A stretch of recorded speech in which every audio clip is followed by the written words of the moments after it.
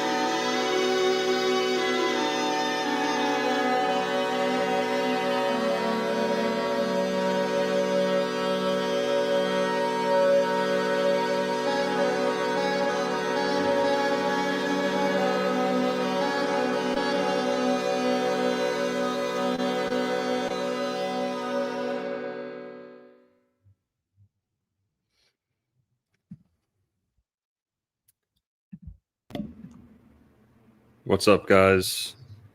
Happy Saturday, everyone. Let me know if I sound good, look good. Always looking good, of course, but on camera. Just kidding. But give me some thumbs up if we sound good. That's especially important. But guys, we got an exciting show tonight. This is the beginning of a new series, and it's going to be epic. It's about astrology. We always talk about astrology on this channel, right? About 90% Florida, but the rest is always astrology, Bible, Jesus, holistic health. That's pretty much it. And so, yeah, we're getting back in the swing of just pumping out astrology content. So this is a new show, and it's called Casting Couch. The Casting Couch. And a bit of a double, triple meaning behind that. But before we get too far in, I want to introduce our co-host here. And I've known him for a little while, but this is kind of the beginning of our collaboration here. And he is also an astrologer, and he called in one time to the show. That's how we met. So, yeah, I'll let him introduce himself a little bit. But Mike Merlin, how you doing, man? I'm doing great, man. Hope you are as well. Hope the chat is as well. I'm a big fan of the show, and I'm really excited to talk some astrology with you and, learn by teaching and learn with the chat and, really just praise God, God's creation, the heavens. Yeah. Amen. And, another thing is we're going to be a little bit irreverent on this show, maybe, but, we just try and keep it light. You guys know what it's like with Old World Florida, and this show's not going to be any different. But focusing on astrology, and I'll cue you guys in on the name here. Okay, casting. Did you know that when you cast a horoscope, that's what they call it, right? People who know astrology, they know that. But for people who don't really know astrology, that's what they call it. Casting. You cast a horoscope. Now, in my research, I've came across how in Hollywood, not just Hollywood, but even Broadway and, old Shakespeare plays and stuff like that, casting. Why do they use the word cast when they talk about actors? Now, casting, you can cast a fishing line, you can cast a stone, you can cast, like a mold, right? You can do stuff like that. And all those are relevant. All those kind of work into this. But we're going to focus on that casting a lot too. Hollywood. This is a big one. The archetypes and the characters behind so many, popular Hollywood movies. But also, you guys, a lot of people know Joseph Campbell, right? The hero's journey, the archetype of the hero. And, he's got JC as his initials. And, right, people like to talk about Jesus fitting this hero archetype and stuff like that. Well, there's other character archetypes, martial, Venusian, hot, fiery, love, so on and so on. There's all these different flavors to the Zodiac, and they show up in Hollywood, of course, right, with the wands and the druids, and right, it's fitting that we got Mike here. His YouTube persona is Merlin. And speaking of, let's shout out his channel here. This is Mike's channel, Merlin's channel. Go subscribe if you're not already. Great astrology content. But so also, let's just kind of state what we want to accomplish with this show. There's lots of astrology out there on YouTube. Most of it's chubby girls, okay? Most of it's girls with blue hair and piercings and, the girls who hand you your coffee at Starbucks and, right?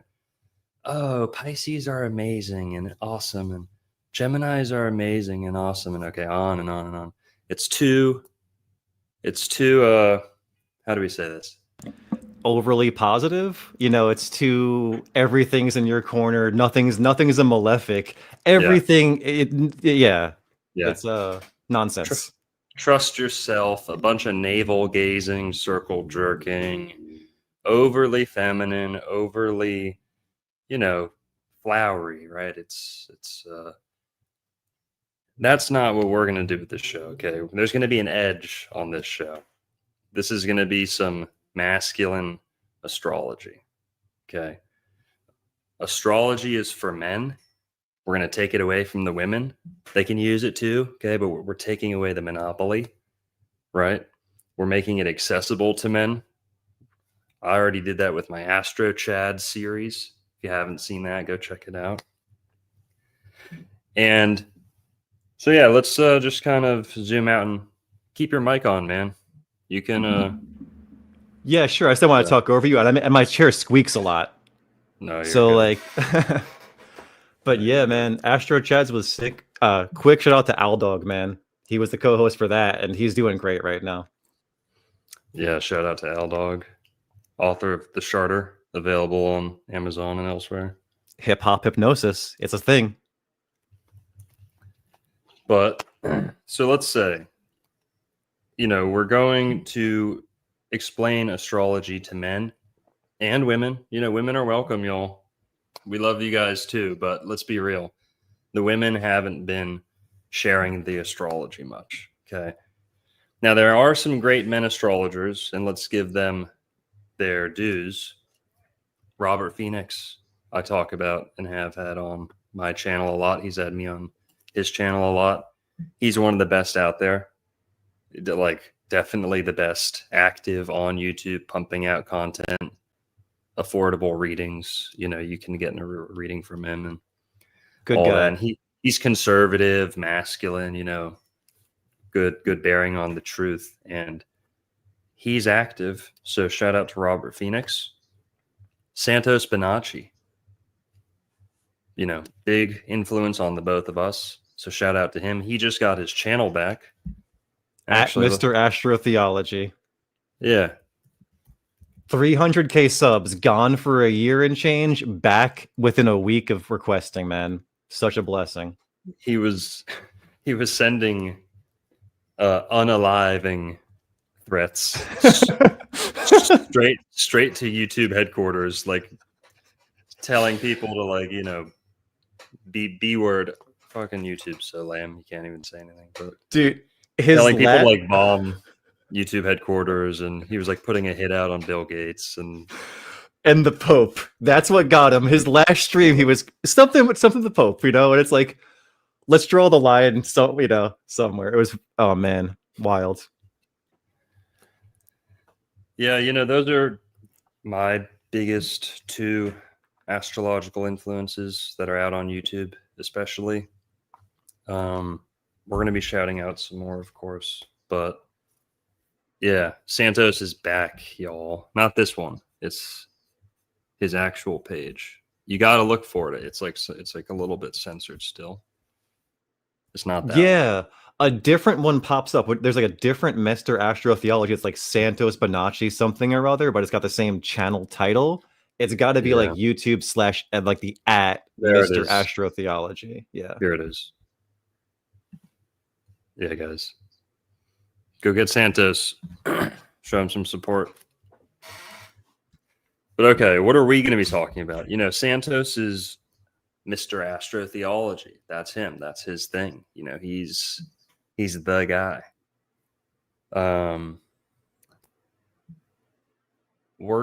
Something he talks a lot about too is the phonetics and the etymology and etymology. That's something that I like to kind of dive deep on, the phonetics of astrology. All was a tomb. Yeah, that was a big emphasis in the Astro Chads. Oh, and Merlin, I think we're getting a little bit of the headphone noise into the mic. Sorry. Bingo. I'll turn the gain down. Did that help? I'm sorry. Just turn the volume down. The volume down? Okay, give me one In your second. ears. Maybe. Oh, I understand. Okay, I got you. Yeah, just a little loud. I think that'll solve it. But, Santos talked about the phonetics. I like to talk about the phonetics. I like to think I'm adding to what he, to a lot of what he's done. And yeah, the phonetics is something that really wins a lot of people over and helps it make sense to them. People, you just kind of show people they already believe in astrology, whether they like it or not. They already use it. It's already part of their vocabulary. There's not a single word that really can't be traced back to astrology. And Santos is big on that. But yeah. So phonetics, astrology, we're going to be focusing a lot on Christianity and the Bible, linking astrology to the Bible. We're going to be trying to combat the misconception that astrology is incompatible with Christianity, or at the very least, the original teachings of Jesus Christ, and maybe tracing that all the way back to the Old Testament too. Astrology is okay with God. People, I'm here to tell you that God created astrology, not the devil, not man.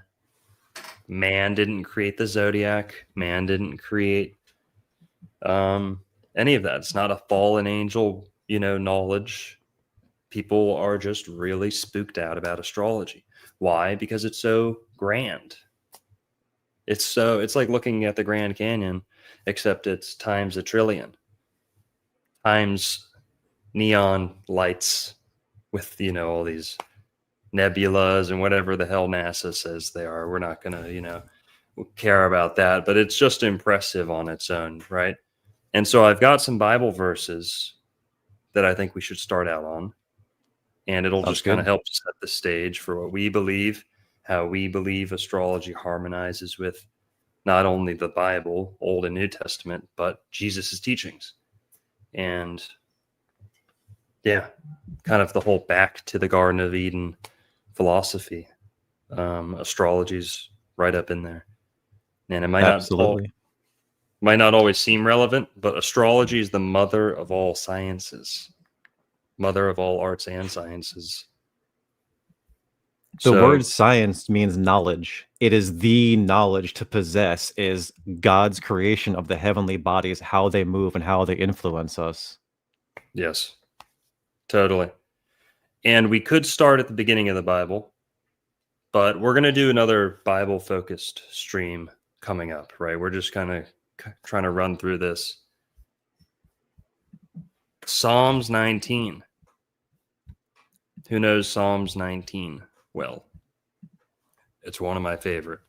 Very descriptive, very explicit about the role of astrology in God's creation. Let's read it.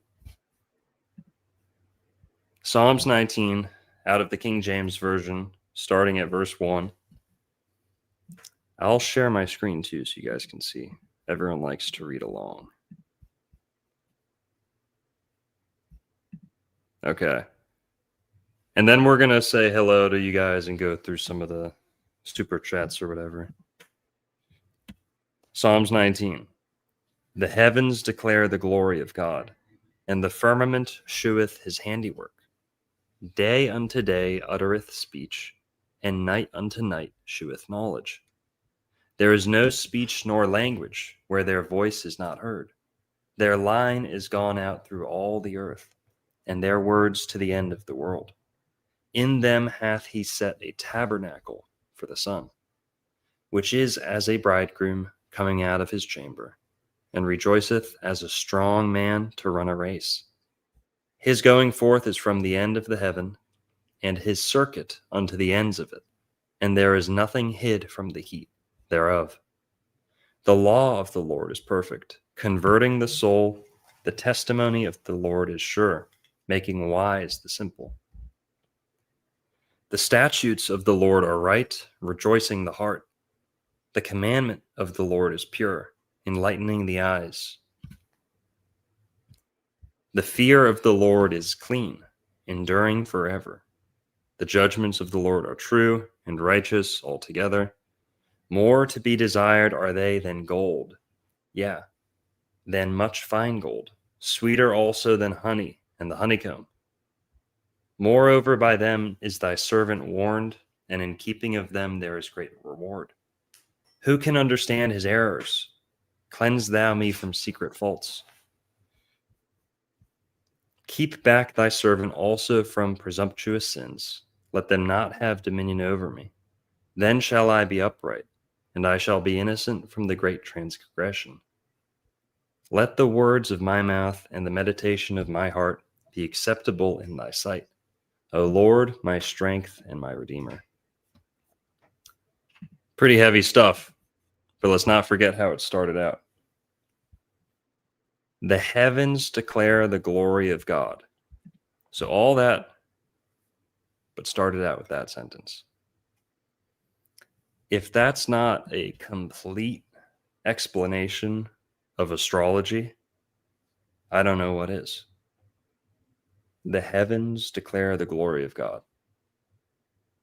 And the firmament, the sky, the dome, whatever you want to call it, the stars, what's behind the stars, planets,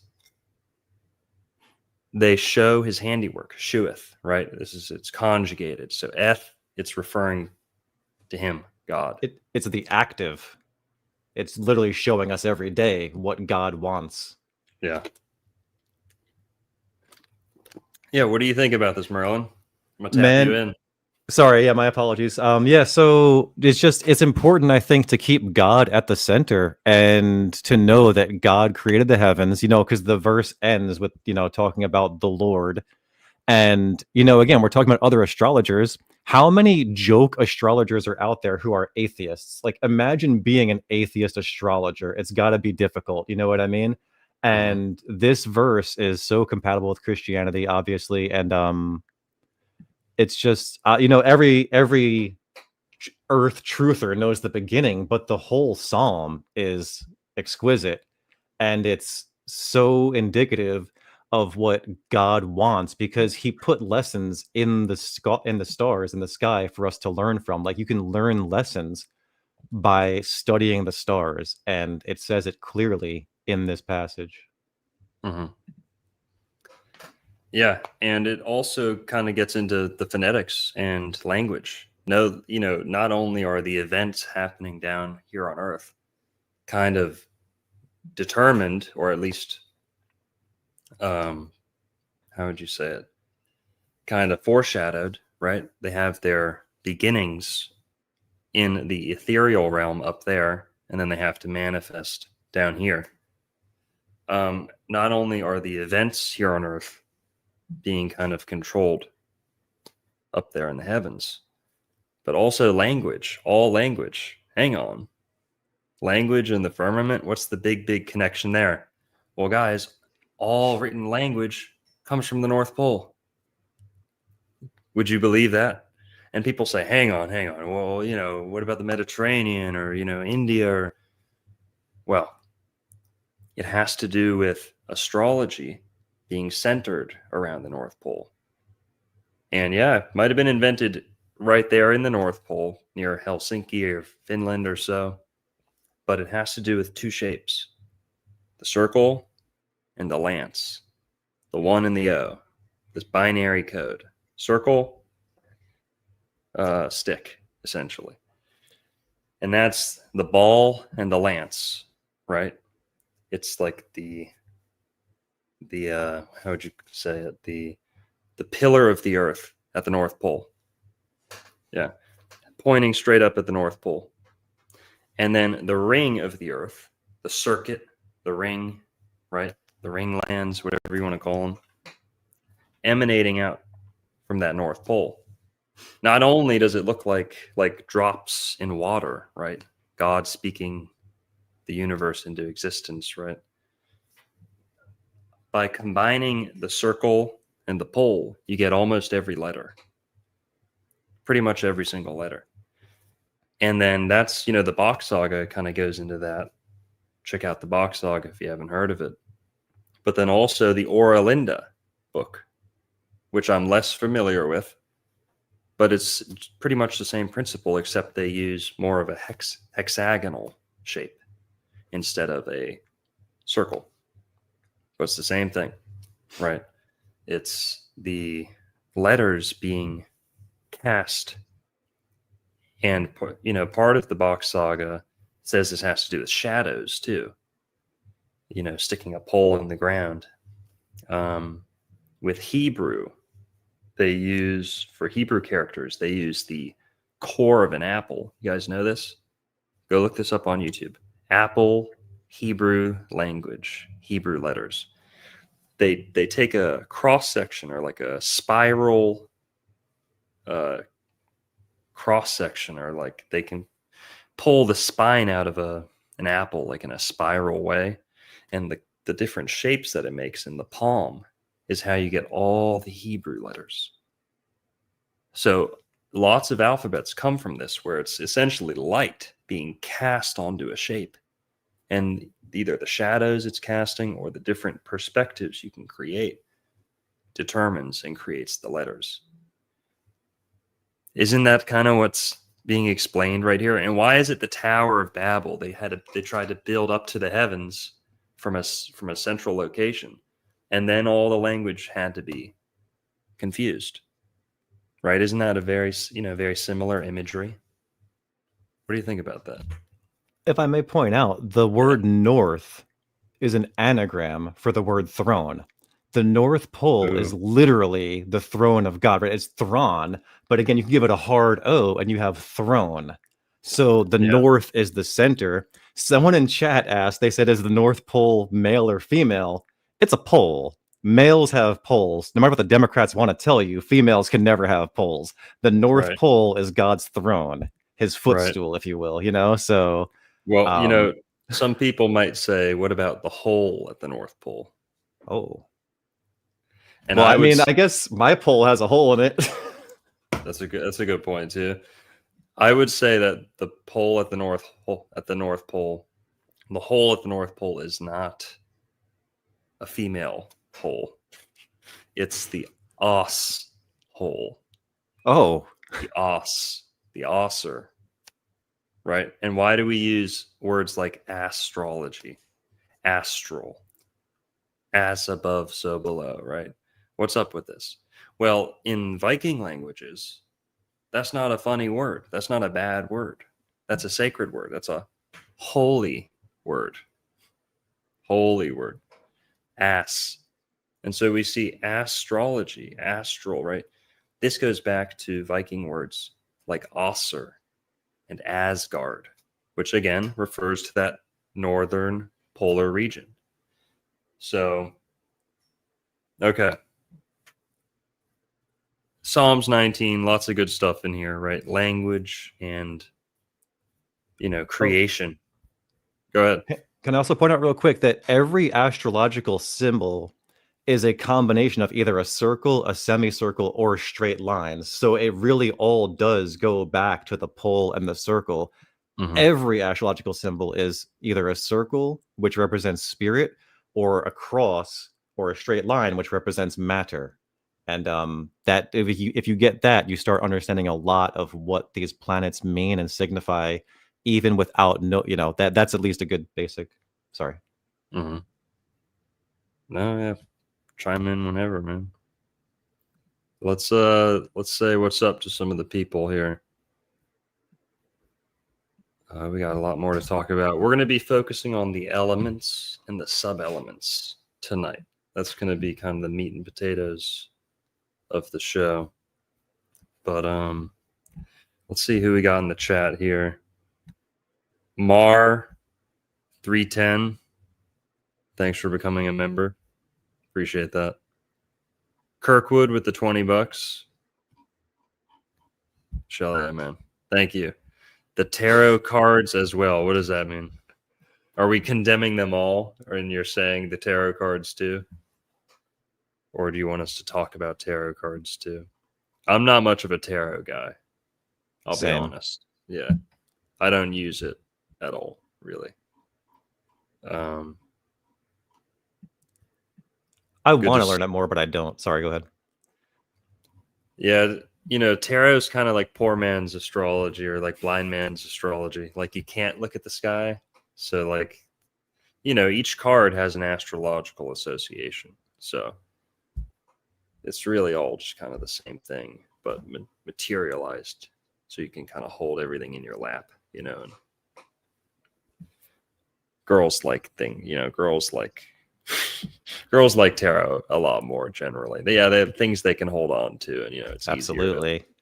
easier to, but Wojo 6567 with $5 says, when Jesus wants coffee, he brews it.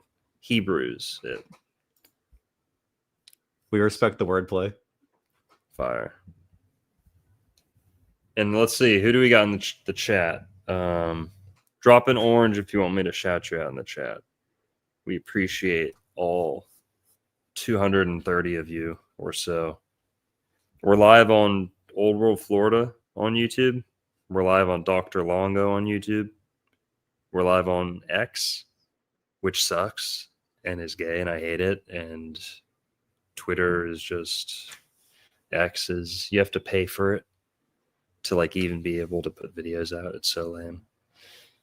All right. We got an orange wave coming in.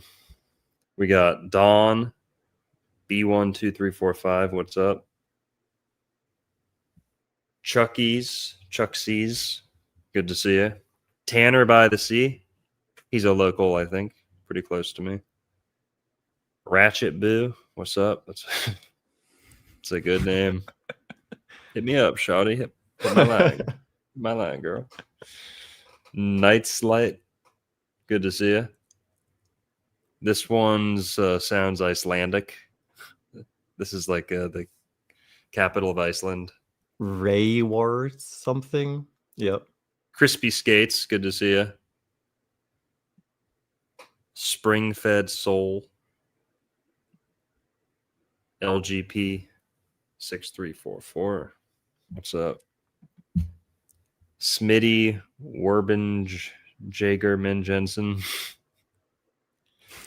5-leaf clover. Get that fucking flesh out of here. Get that fucking what is that? Your mom's fucking chicken cutlet that she stuffs in her boobs? Get that fucking thing out of here. Fucking meat. Carnivore. Oscar can talk. Good to see you, man. Tawny. Howdy. Scribbles. Jofi is flame.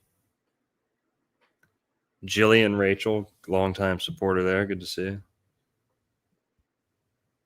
Peer pressure, Rex. All right. That's enough. They're starting to repeat. Oh, Tiger Lily. Longtime supporter as well. All right. Talking astrology. What else did we say? Was there anything else we wanted to do? So we got the sub-elements. We have the fact that astrology is compatible with Christianity. Tropical astrology is the truth in the way. Vedic is nonsense. We can go into that another day, but at least mention it maybe. Yeah, let's talk about that. That's another one of our missions, guys. The whole Vedic, sidereal, Jyotish stuff. Got to be real careful with it. Okay. I am going to say that's about 95% garbage. Made up garbage. A lot of it has to do with the fact that lots of India doesn't have seasons the way the rest of the northern, us in the northern hemisphere do. That's a large part of it. But another part of it has to do with heliocentrism. So this brings up another good point. We are geocentric astrologers. Ptolemaic model, whatever you want to call it. Firmament model, Ptolemy. Yeah. Accurate. Yeah. Accurate astrology. Geocentric astrology. Astrology can't be heliocentric. That's what caused a steep drop-off in belief in astrology. And that's what made astrology like a pseudoscience, is when they put the sun at the middle of the solar system, then you have to choose whether or not you believe in astrology, because it's just a rock in the middle of nowhere. And does it affect us? You know, who cares? It doesn't matter. It's just a rock out there in the middle of nowhere, in the middle of nothingness, by accident, for no reason. 6 billion years old, or all that stuff, whatever. How could anything affect us through a vacuum? You know, how could the vibrations of any planet affect us through a mediumless vacuum? How does that make sense? Square that circle. Impossible. Yeah. Yet they'll tell you that the sun is the most important thing there is, and it affects and determines all life here on Earth. It is, if it goes away for a couple days, life disappears, could disappear.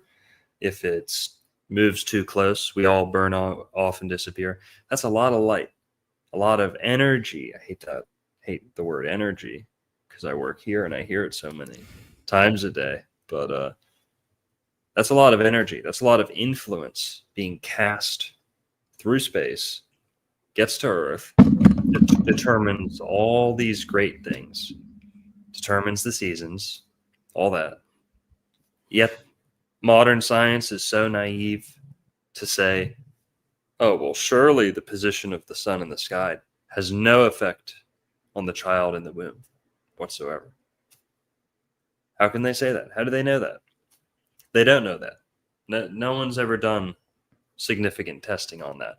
They always do astrology debunking by comparing people's birthdays. They never look at the full chart. It's always just sun sign and birthday based and all that.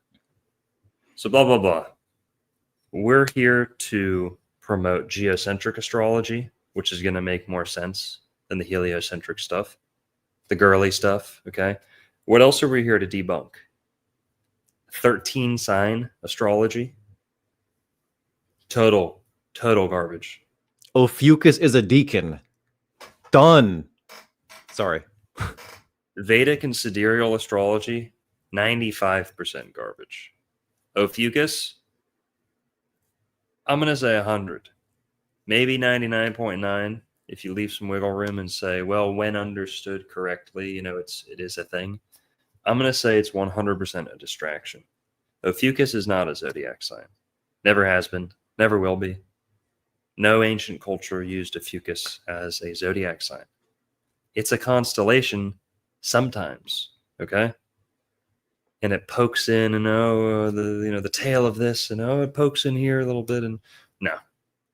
Nonsense. There's 12 notes of music. There's 12 chromatic notes. There's 12 chromatic colors. There's 12 systems in the body. There's 12 apostles, 12 tribes of Israel, 12 this and that and that. You can't just throw 13 in there. It screws the whole system up. The whole system. People say, what about the moon? That's 13 times 28. No. That's wrong. That's another misconception we got to get to.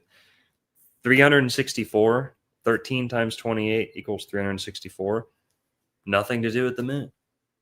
It's not a lunar year. 28's not even a lunar cycle, or like a smaller division. It's rounded up when people say that.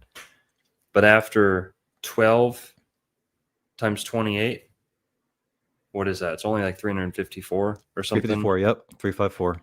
13 times 28, it's 364. But that's not even a lunar cycle. That's called the Enochian year, guys. And I only found this out because I was studying gopher tortoises so much. And, I was like, oh, yeah, the gopher tortoise has the lunar calendar. Doing some research on that. It's not a lunar calendar. The lunar calendar is 354. 354.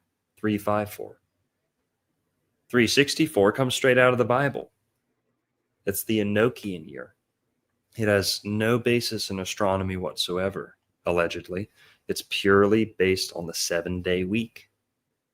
That's it. It's a liturgical calendar. But okay, so 13 signs, nonsense. Vedic, sidereal, Jyotish, 95% nonsense. And yeah, that's it. Those are some misconceptions, some things that need to be debunked, some things that are corrupting astrology today. But anything else, Merlin?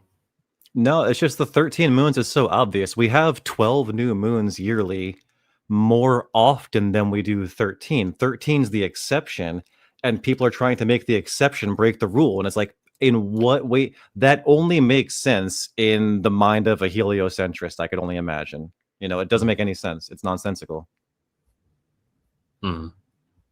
Totally. So, okay, let's talk about what we wanted to talk about. The elements, because we're going to be teaching astrology. We're going to be trying to keep it basic so that everyone can learn, everyone can benefit. That's how Santos Bonacci always did it, and I always appreciated that and learned the most from his style. If you don't like our style, go watch some fat girl with blue hair. Go watch the real quick. Santos has done some excellent stuff just trashing Ophiuchus as well. He really shits on the guy who's pushing it hard in classic Santos, very funny fashion. So you guys can find that out there somewhere. Totally. Yeah, I'm glad to see Santos back in the saddle. Hopefully he keeps it really good and straight and narrow. Yep. But all right, he's got a good team behind him. Sorry, go ahead. The elements. Yeah. Let's just kind of start out with the basics, and then we'll get to the sub-elements.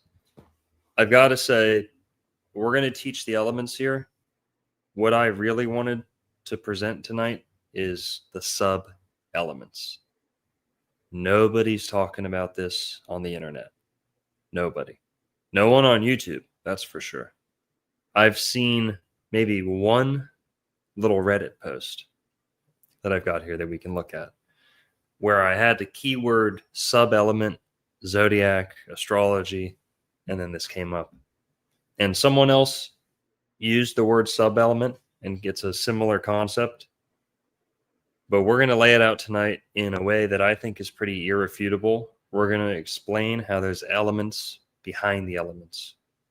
So the elements are fire, earth, water, air.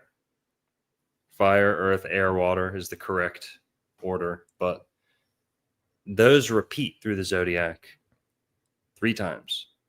So there's 12 signs of the zodiac. Starts with fire, then you get earth, then you get air, then you get water. That order repeats 3 times, and it doesn't change. It doesn't, fluctuate or alternate. So the signs change. There's 12 signs, but you get that rhythm of the elements. There's also cardinal, fixed, and mutable. So that repeats 4 times. So you see there's like a polyrhythm in the zodiac. And here, let's pull this up.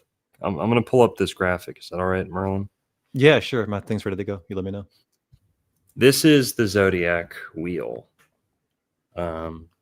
There's other names for it. This is essentially a chart, a zodiac chart. You could put your birth information into a chart like this, right? And the locations of the planets and so on. But essentially, this is the circuit, or maybe the wheel, the cycle of astrology. It starts with Aries in springtime over there on the left. Most astrologers tend to put it in the left. So this clock kind of starts at the 9 o'clock position instead of the 12 o'clock position. So we always start at Aries with astrology. Some people don't. Okay, they're weird. They're in the big minority, tiny minority. We always start with Aries at the spring equinox. The spring equinox is always March 21st. 20th, 22nd, it changes a little bit depending on your calculations, but 21st is kind of like the nice round equinox date. March 21st. That's Aries always. Don't let anyone else confuse you. Don't let the Jyotish and the sidereal and all this stuff, don't let anyone tell you, oh, well, you're actually this. No. Use your birthday, and the birthdays never change. So if you're born March 21st, you're always going to be an Aries, no matter what. Life is always going to be Aries at that time of year. It doesn't change. It doesn't fluctuate. It doesn't run away and get out of sync. That's a distraction. That's a big deception to disconnect us from the heavens, from the speech of the Creator, from all this. Aries is number 1. Taurus is number 2. Gemini is number 3. Cancer is number 4. It's the first 4. And Aries is fire. Taurus is earth. Gemini is air. Cancer is water. Now the elements repeat. So we're going to go number 5, starting again at fire. Leo, Virgo, Libra, Scorpio. We hit 4 again, that same order. Leo's fire, Virgo's earth, Libra's air, Scorpio's water. Repeating again, the last 4. Sagittarius is fire, Capricorn is earth, Aquarius is air, Pisces is water. These 3, it's the same cycle repeating 3 times. Fire, earth, air, water. Now, here's one interesting thing. Let's look at the initials of the first 4. And maybe we're going to give some more meaning to the whole Psalms 19 thing. And then also, astrology is really kind of first laid out in Genesis, in the first couple days of creation. I forgot what I was going to say. Shit. God put the signs, he says, God put the heavens there for signs and seasons. Yep. Yes. ATGC. Aries, Taurus, Gemini, Cancer. Does that ring a bell for anyone? ATGC? Anyone out there? They're the building blocks of life, of DNA, human DNA. ATGC. Isn't that crazy? Adenine, thymine, guanine, and cytosine. Those are the building blocks of DNA. 4 nucleotide bases that make up DNA. Yep. And they form a double helix, right? Right? DNA is a double helix. Well, astrology, just like music, remember there's 12 notes, 12 signs. It's not a spectrum. Okay? It's not a frequency range. It's a spiral staircase. That's how music works, right? A is A, but when you go up an octave, it's still A. So how did you move 12 steps but return to the same spot? Because you're going up a spiral staircase. 12 steps laterally takes you away from where you started. 12 steps in a spiral staircase takes you, you ascend, but you return to the exact same spot laterally that you started in. That's the double helix in the DNA as well. The spiral staircase of creation as described through the Zodiac too. ATGC. The first 4 signs of the Zodiac. Pretty crazy. That is Merlin. nuts. Yeah, I mean, and astrology is the study of harmony. Talking about music, there are the 4 mathematical sciences, right? You've got arithmetic. That's just basic. Can you count? Can you add numbers? Then you have geometry. Can you understand the relationship between numbers and space? You need that for astrology. And then finally, musical harmony is another mathematical science. If you can synthesize all of those and then incorporate the symbolism of the stars, then you can truly start understanding, appreciating, and practicing astrology. Mm. Hell yeah. So do you guys see the elements here? Can you show us the graphics where you go element by element? Sure. It's going to click over to that for 1 second, but then, yeah, we'll start with fire. It's got the wrong order. I'm sorry, but fire first if you want. We're going to show people now. Merlin made these great graphics that really helps show the harmony and the geometry and kind of like the divine structure and rhythm in astrology. It's not just, random constellations out there, random constellation out there. They got nothing to do with each other. No, it's a science of harmony, ratios. There's geometry involved, of course, right? So this breaks down the zodiac wheel by element. You see Aries highlighted there, Leo highlighted, and Sagittarius highlighted. Why am I not reading super chats? I did read the super chats. I already read them. I'll watch chat. If you want to repeat what you said and say I super chatted this, I will note that for later while Longo is doing his thing. Yeah. Yeah, Adam, I already read the super chats, my dude. Why are you whining? That's the real question. Okay. No, just kidding. Love you, Adam. Aries, Leo, Sagittarius, fire. You guys see how they form a triangle? That distance, that ratio, that what's the word we use in music?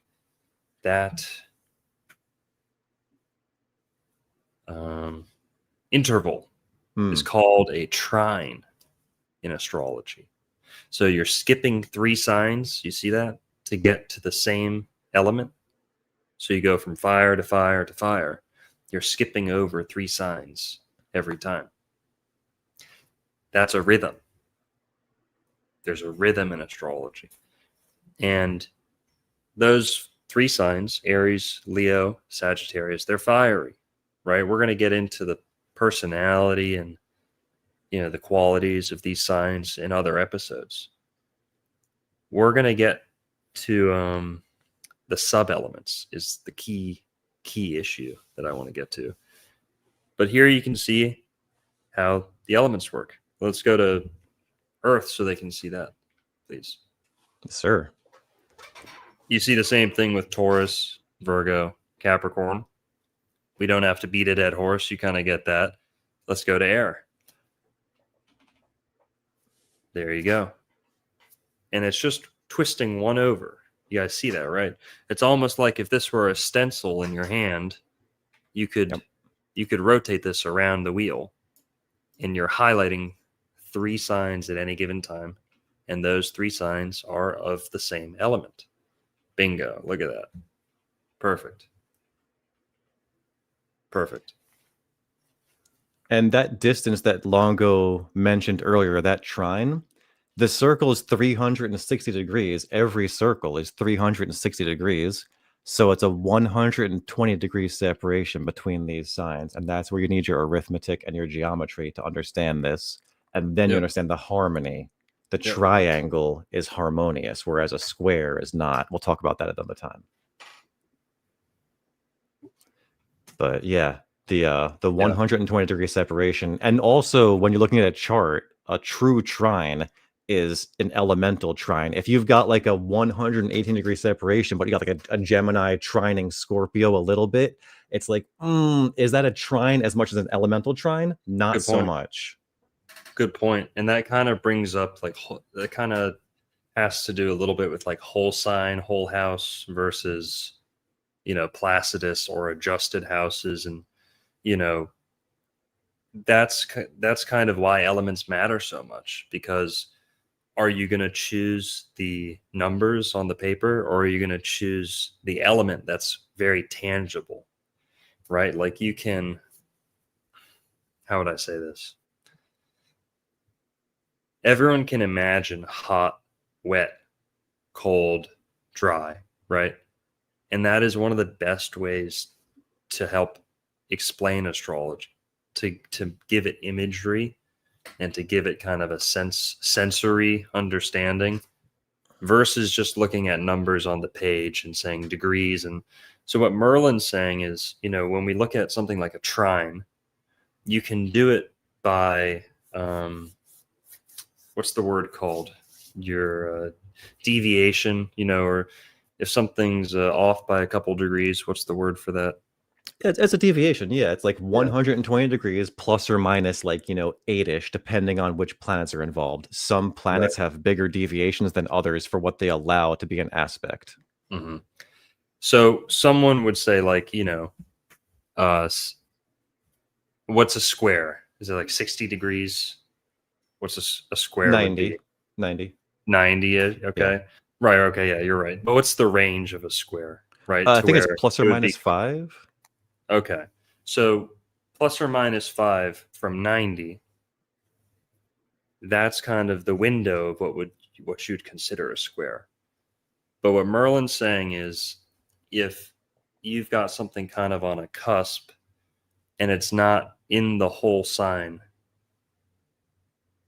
elementally speaking, maybe it's not as complete of an aspect, right? Like a trine, like if we've got a planet here in between Leo and Cancer, and it's more on the Cancer side, but it technically is, in terms of measurement, it's technically within the window for trining Sagittarius. If it's closer to Cancer, we'd say, the elements are kind of conflicting there. Whereas if it's in Leo, they're both in the same element, that's a trine, 100%. There's no question, right? The measurement doesn't really come into play because it's in the whole sign, right? You want to say that more eloquently than me, Merlin? No, that was great, man. I mean, yeah, like if you were at the first degree of Leo, like with the sun and the moon's in the first degree of Sagittarius, they're trining. There's no debate about that. That's a 120 degree perfect separation. But if the sun was in the 29th degree of Cancer, so just a little bit away from Leo, but he's in a water sign, and that's trining Sagittarius, is that trine as powerful as a true elemental trine? No, it's not. And that's another way that we're going to separate ourselves from these blue-haired baristas, is that, she'd be like, oh, sweetie, you're trining. It's okay. It's your chart is so but we'll be like, no, like it needs to be like an actual elemental trine for it to be in full force. Is it still harmonious? If it's close, that's way better than a square, way better than an opposition. But is it as strong? No, it's not. Mm-hmm. Yeah. Bingo. So we want to really express kind of the flavor, the importance of these elements, why they're so important. And by doing so, we're going to show how important the sub-elements are, because no one talks about these. And this is what distinguishes the signs that share the same element from each other. Like Aries, Leo, Sagittarius, okay, they're all fire signs. But why are they different? They're ruled by different planets and so on, and they're in the different parts of the year. But there's another part of that, and it's the sub-elements. So we went through the fire, the earth, the air, the water. And since hopefully most people kind of have a understanding of that so far, let's talk about the sub-elements. And one of the best ways to help people kind of understand what this is through a couple questions that I always hear. Why is there Aqua in Aquarius? Show of hands, show of oranges in the chat. Who has ever heard someone say, oh, I'm an Aquarius, I'm a water sign. I'm Aquarius. I'm so connected with water, right? I'm very connected with water. I'm an Aquarius. Well, hang on, guys. Aquarius is an air sign. So how do we square that? How do we make sense of that? The sub-elements. the micro elements, as I've called them before too. And the phonetics, of course, the phonetics don't lie.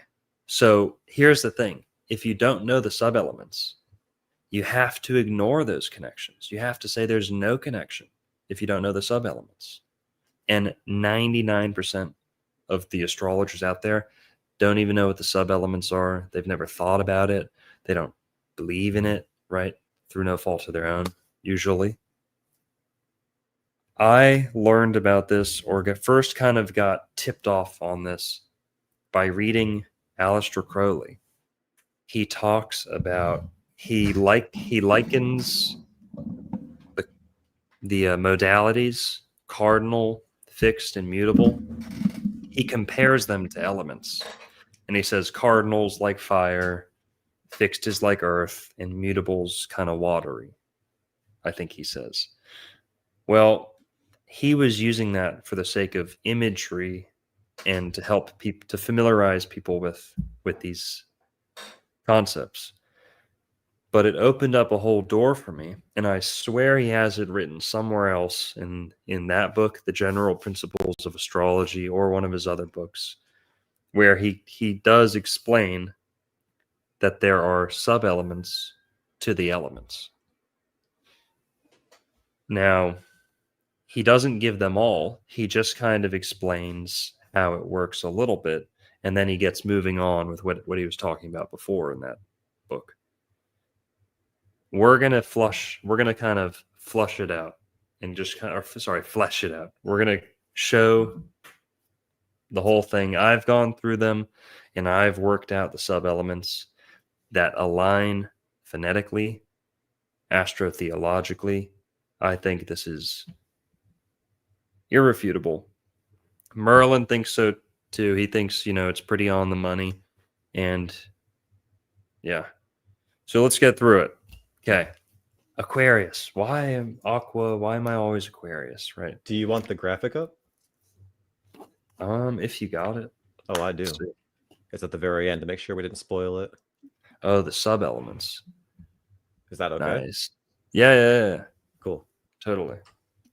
Go back to the ring with Aquarius. With the air signs. Yeah. Sure. Yeah. Okay. So Aquarius has the word aqua in it. It's the water bearer.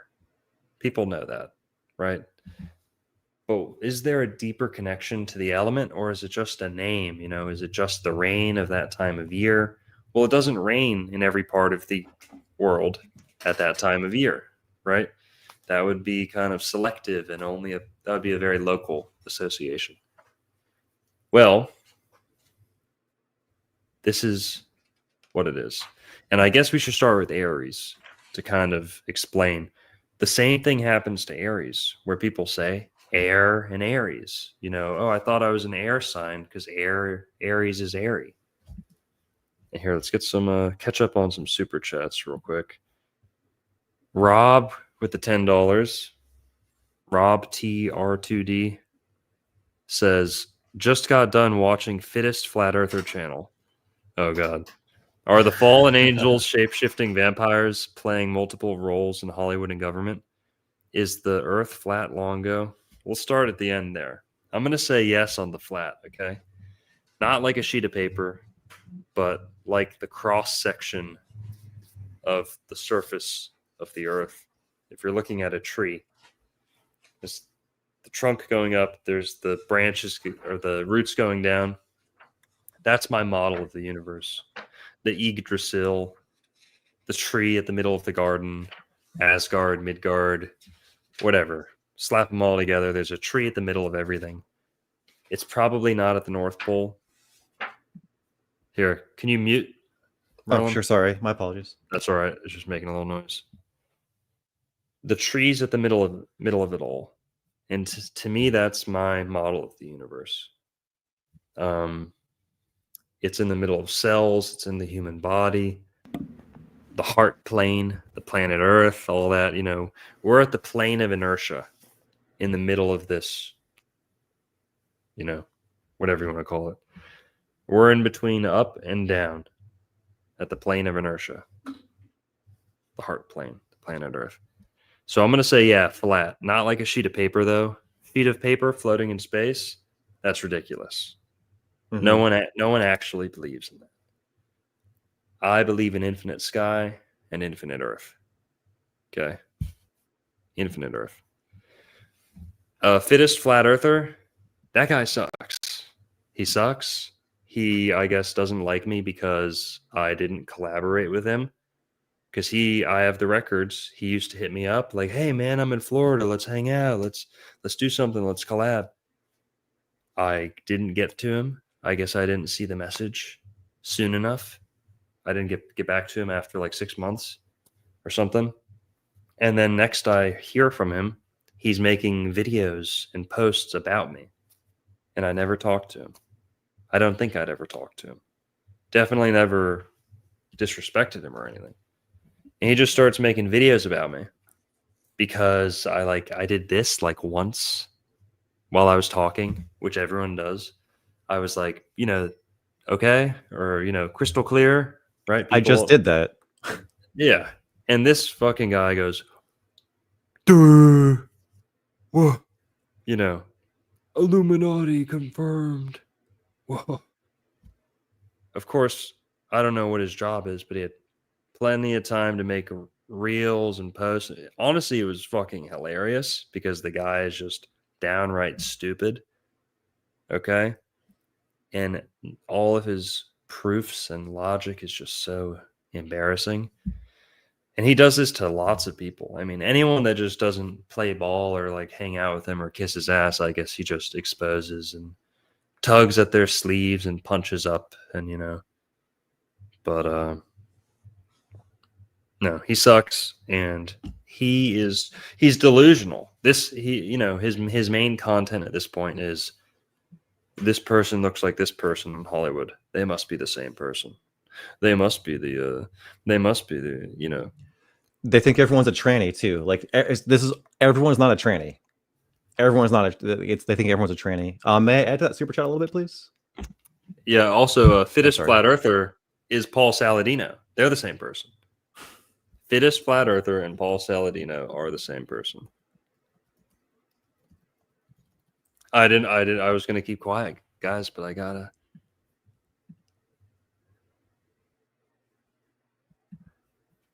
All right.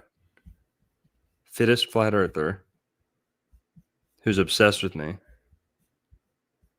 He was. All right, he hasn't been bothering me recently. I'll be honest. Okay, I'll be fair. He hasn't bothered me in a while, but since you brought him up, my last interaction with him was blocking him because he's just spamming me anytime I'd do a little,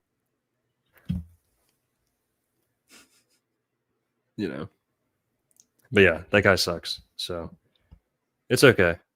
Not worried about him. He doesn't really put out anything good anyway. It's just low level, ankle biting. This person looks like this person. Anyone who doesn't kiss my ass is a shill, I guess, is his whole thing. But whatever. I wish he would have just been nice. I wish he would have been nice. We could have been friends or whatever. I don't care. But all right. Done with that. No. Are the fallen angels shape-shifting vampires playing multiple roles in Hollywood? No, I'd say no. Are some people cloned? I'm sure it's happened. There was a family at my school that I went to clone their dog. So it happens. Jophia's Flame gave 420. Fire. Thank you. Glad you're back. Thanks for sharing Christspiracy. Yeah, guys, if you haven't seen Christspiracy, go check that out. It's a really good one. Documentary from Cam Waters, my friend. All right.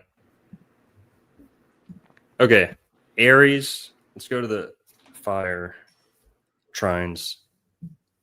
Why does Aries have air in it? Okay. Well, like we're saying, each of the fire elements has a sub-element. No one talks about this. We're going to give it to you here. Now you know. Now you're going to be better prepared in some ways than most astrologers out there because they're lacking this. Okay. Aries is a fire sign. Leo is a fire sign. Sagittarius is a fire sign. Now pay attention. We're going to put the sub-element before the element. Aries is air, fire.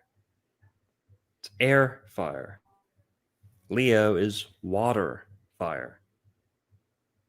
Sagittarius is earth, fire. There's the explanation, guys. Aries is airy, Leo is watery, and Sagittarius is earthy. Aries is airy. Why?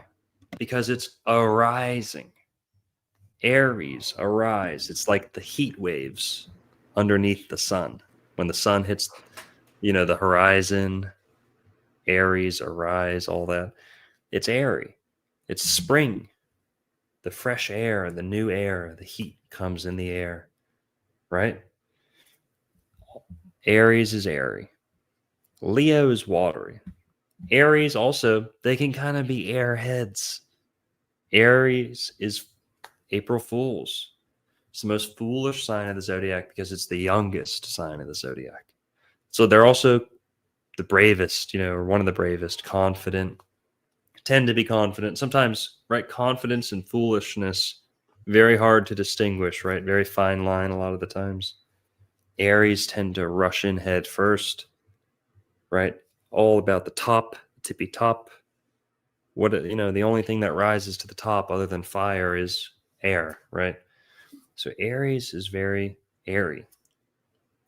Anything you want to add on to that, Merlin? Yeah, dude. I mean, like you start a fire by blowing air into it. Aries is the most masculine sign of the zodiac, and every element, guys, is masculine or feminine, and fire and air are both masculine. So it's literally a double masculine element and sub-element. Yeah. So it fits perfectly. Good. That's a great point. It is the most masculine sign, in my opinion, too. And that is explained by, because the sub-elements, they don't repeat. I think that's one thing that Crowley kind of was iffy on, or kind of, I disagree with his understanding. And I don't think that was his full exposition of the micro elements or the sub-elements. I think he was just in passing kind of comparing the modalities to the elements for, imagery sake. But I forgot what I was going to say. Again, doesn't matter. Okay, Aries is air, fire. There is no fire. So with the water signs, there's no water. With the earth, there's no earth. It doesn't double up. It's the one element that's being expressed, then the other three being expressed on top. It never doubles up. So Aries is air. Leo is water, fire. Leo is very performative. Leo's the cat in the zodiac. They can be very sensual. They can be, Leo has a bit of narcissism in it, right? So they definitely burn hot and bright, and they shine a lot. But there's also a wateriness to Leo. Great singers, great performers, great musicians. Leos make great art. Leos, a lot of times they're wearing flowy clothes, and a lot of times they're just more flowy and feminine than you'd expect from a very hot, fiery fire sign. And that water comes through from the sub-element. Leo is water, fire. That's why they like to flow and dance and, go with the flow and stuff like that. But okay. You want to, anything else you see with Leo and water? Well, Leo. Cats hate water, kind of. Maybe a little something there. Cats hate water. I mean, yeah, interesting. I would say that like when a fire is fixed, right? I like thinking of the fire signs as like if you're starting a fire in a fire pit, right? So you can blow on the fire to start it. That's Aries, the spark, the lightning, the whatever it is that starts the fire.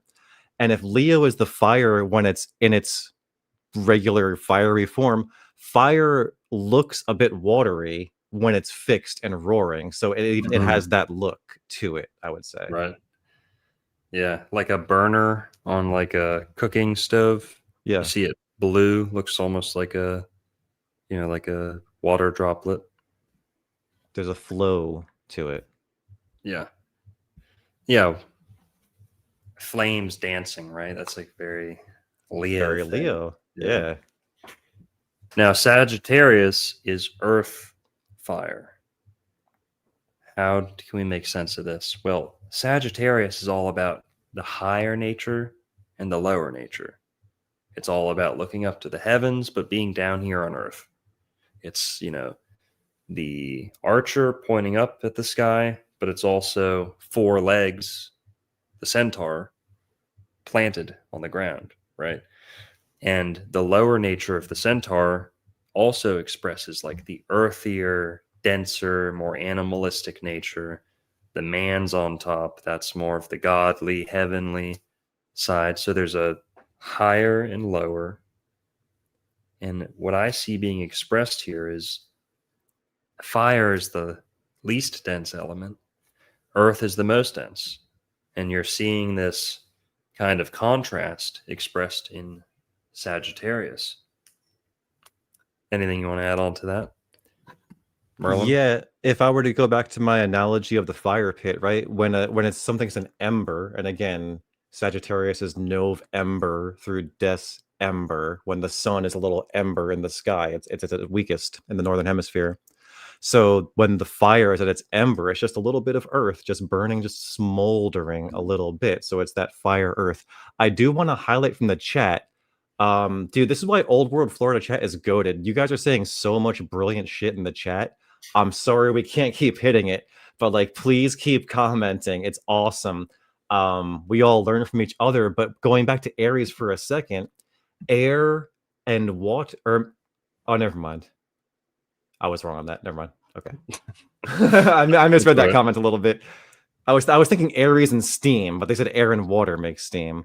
But yeah. So anyway, yeah. Well, we'll get to that with Scorpio about steam and how Scorpio is the steamiest sign. But There also, it is. Also there the it most is. mysterious, right? Yeah. All this kind of like imagery is explained with the sub-elements. All these phonetics too. That's why I like the phonetics. It's like the trifecta. If you can explain it in like your everyday life with the seasons, and Aries is clearly warmer than Scorpio, right? At least in the northern hemisphere, and so on. Those are things you can feel. And I guess we should have expressed that earlier on, is the elements are so important because it's the part of astrology you can feel. And we know that Aries is always Aries, not because of what's going on in the stars and someone's chart and someone's books and the recorded, numbers and counting the days. And we're not worried about that. Astrology is easy. The equinox, yes, you measure that in the heavens. Yes, you kind of, look at the calculations, but the heat is apparent. Spring, March 21st, the warmth shows up, and maybe it's cooking a little bit before that. Maybe it takes a little bit to warm up a lot, but that burst of energy comes March 21st, and there is heat and color and an explosion of all this competition for a mate, right? In the animal kingdom.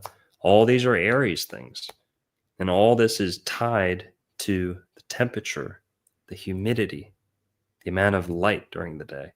This is all astrology. It's not just looking at a constellation and saying, oh, well, when this hits 18 degrees, then we're going to count this as that. And then this means that. No, it doesn't have to be that. It's all very apparent. It's all present. It's all very at your fingertips. Digestible, tangible. but okay. And Yeah, go ahead. there are 4 seasons and there are 4 sets of each modality of signs, right? So when he was saying that Aries is a little hot before March 21st, maybe, well, yeah, because Pisces is a mutable sign. So it's half winter, half spring, and every mutable sign is a little bit of both seasons on each side. The cardinal signs are the beginning of the seasons, and the fixed signs are the most seasony that season is going to feel like. And that's it's what Longo's talked about, how it's literally a feeling, and it's undeniable. Everyone knows this, everyone goes through this every year, and it only becomes more apparent the older you get and the more you experience these things. Totally. So we went through all the fire signs. Yeah, earth signs: Taurus, Virgo, Capricorn.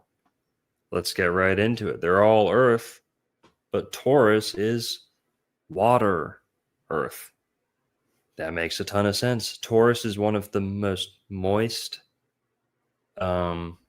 humid, fertile signs in the zodiac. It's right up there with Cancer. Taurus and Cancer are the 2 most fertile signs. Taurus is so fertile because it's got earth and water. Very feminine. The 2 planets being active in Taurus are Venus and the moon. Venus is associated with earth, and the moon is associated with water, or vice versa. Some people say Venus is associated with water, and the moon is associated with earth. They're both very dense, and they're both pretty cool, and both very moist. So, and we're not going to focus too much on the planets, because that'll just confuse people if we talk about all the planets for each of the signs. But Taurus is water earth. It's moist. Okay. Virgo, and also like Taurus is the bull, the cow. Cows love the water. They're like obsessed with the water. In some countries, some types of cow, they spend all day underwater. Water buffalo. I mean, come on. Those things are like submarine, So Taurus loves water. Bulls love water. Not always, but most cows I've seen love water. They hang out next to the water. They could have big old pasture, right? They spend all their time next to the food and the water. And if it gets too hot, they go jump in the lake, right? So all animals love water. We're not going to stretch that correlation too much, but Taurus and water, big connection there. Anything jump out to you, Merlin? No, that's pretty much it. The fact that Venus and the moon are associated with it, it is just a very moist time of the year. And again, I would just say, April showers bring May flowers. It's a very wet season. It's a very wet, earthy season. And the earth needs that moisture in order for that hot sun that we got from Aries to allow our crops to grow. So it really is, a part of astrology. Just, it shows you how the year is meant to go. And Santos Bonacci explains this excellently. Yeah. Astrology is not just the study of the stars. It's almost a misnomer. It's the study of light. It's the science of light, magnetism, warmth, humidity. It's elemental magic. All magic, astrology, all this needs all magic, religion, alchemy, all this needs astrology. They need to know what days to do certain things. They need to know what days certain minerals are more active or accessible, And may we tie it back to Christianity for one moment, please? Totally. So, God said, "Let there be light." In the beginning was the Word. So, and now we know scientifically that you can create light with sound. So, and again, if you understand the work of Ken Wheeler, then you will understand that, and I'm sorry if I'm going too deep, stop me, Longo. But, light does not travel. Light is a perturbation of the ether. So that is how astrology affects us. And that is how God created all matter, is by perturbing the ether. And that's why astrology is so accurate, because it is the study of light, and everything is light. We are light beings, not to get too trippy and too woo-woo, But if you want to get into the technicality of what we are vibrations in the ether. 100%. Yeah. Now, Taurus, I guess we stated the case for being water, earth, right? Kind of the water buffalo connection. Also, Virgo is air, earth. There you go. People, I've always wondered, Gemini and Virgo, right? Why are, they're both ruled by Mercury, but why are they different, right? Why aren't they just the same? Is the element the only thing that's separating them? But also they have so much in common.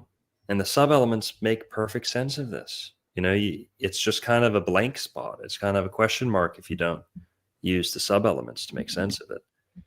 Virgo is air, earth. They're very intellectual. They have a lot in common with Gemini. Mercury is a very air planet. Virgo, you have, they're not known for speech and communication as much as Gemini, but they're definitely known for their intellect, their love of knowledge, education. Yeah. And those are all mercurial and very air oriented things. But yeah, if anything else jumps out to you, please let us know. Air and Virgo, what do you see there? Me or the chat? You, so Merlin. Virgo, the word, there's so much to it, right? Because people think, oh, Virgo the virgin, which is true, but even virgin has verge in it, and Virgo is on the verge of the fall, and that's when you fall, is when you give up your virginity, right? And it could be for good or for bad. So, and again, Virgo, if you ask like a basic bitch astrologer, they're like, oh, Virgo is analytical. True, but why? And the reason why is that if you're on the verge, you're on the precipice of a very important decision, then you have to be analytical or else you're screwed. You have to carefully consider things and use your best judgment before you are judged on those scales of Libra. So yeah, I mean, it's obviously airy because it's Mercury in the mind, but it's the verge of decision making, I think, that is really significant with Virgo and air. Yeah.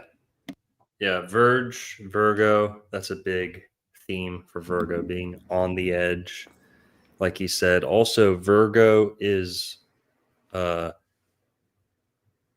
you say Virgo with like a German accent, it means worker, Virker, Virgo, worker, Virk. I work, I'm going to work. Virgo. Virgos like to work, right? Also, another Virgo saying I like to say, we're just riffing now, fuck it. By the book. Virgos are the most by the book. Why is that? Because they're right next to Libra. Libra means book in Latin, Spanish. Libra, book, library, right? Same word. So Virgos are by the book. They're right next to Libra. And Libra is the law and the love and the love and the law and love under will, all that Aleister Crowley stuff. But so yeah, Virgo is air, earth. They're very dense, very earthy, but they have this airy love of knowledge. Okay, Capricorn. This one's going to make a lot of sense. Earthy as hell, but where do they get that drive from? Where do they get that industry from? Right? Why can they be such pricks? Okay. Capricorn, right? And also, there's a big connection between Capricorn and Aries that people don't really talk about too much, right? With Mars exalting in Capricorn, isn't that right? Yes, yeah, it exalts in Capricorn and rules Aries. It's a very strange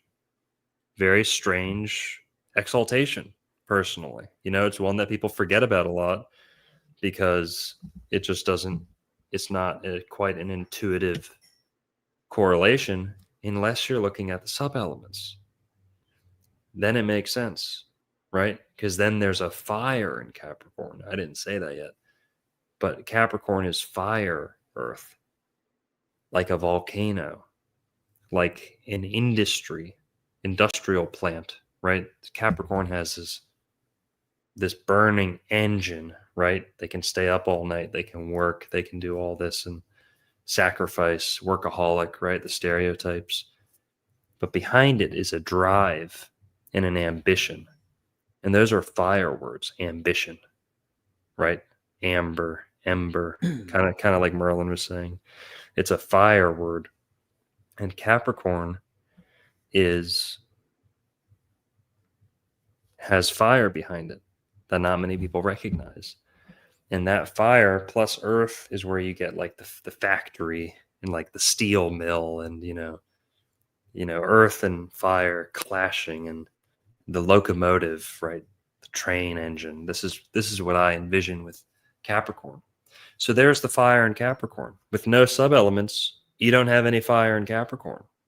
It's just another cold, boring, dry earth sign, Sub-elements make perfect sense of it all. Anything on that, Merlin? Yeah, I mean, so Earth is just so difficult to move that for it to be cardinal, right? So the cardinal signs are all about movement. That's the start of the season. And for Earth to move, Capricorn rules, earthquakes, volcanoes, any moving Earth. So it needs a strong impetus to get that going. And that has to be a fiery spark.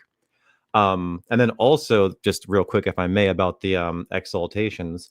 The lesser planets, Venus exalts in a domicile of Jupiter, and Mars exalts in a domicile of Saturn. So, like, the lessers exalt in the domiciles of the graders. Wow. But yeah, as far as just Capricorn goes, it really is like I think Aleister Crowley described it as unnatural. Earth moving is quite unnatural. So for it to happen, needs that fiery spark. Mm-hmm.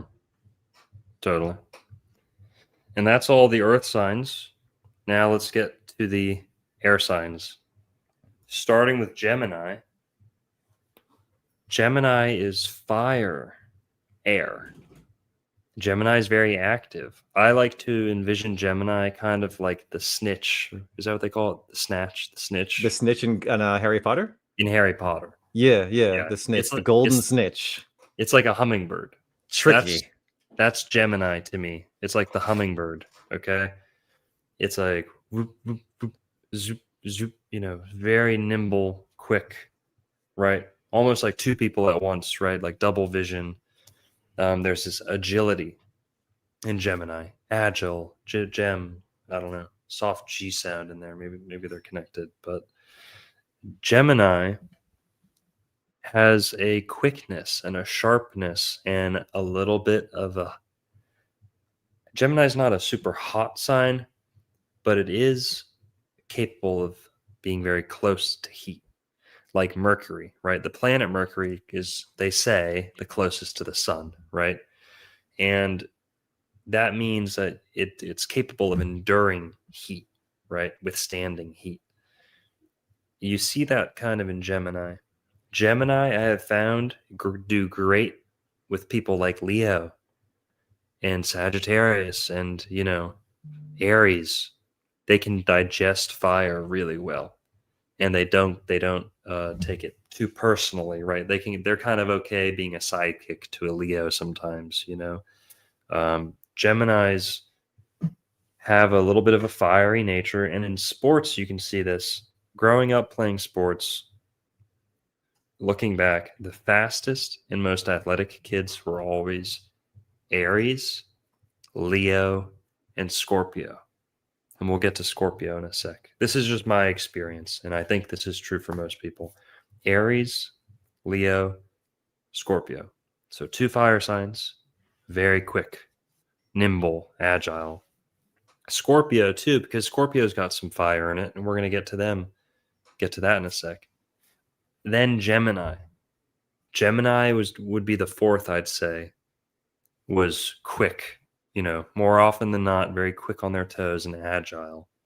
Now, if I want to put number 5 on that list, I'm going to put Sagittarius in there, okay? But yeah, the best natural born athletes. Anyone can get good. Anyone can train. The best natural born athletes, Aries, Leo, because they're acrobatic, those two, and naturally nimble and explosive. And then Scorpio is up there. They have a killer instinct, right? Very diligent. Scorpio, talented. But then Gemini, because they can learn, they're teachable, they like to understand and talk, good communicators, but they're also fast. And I think they get this sharpness and agility from the fire sub-element. They're fire, air.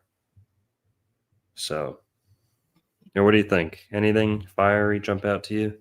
Completely agree. I've got a lot of Gemini in my chart. Yeah, I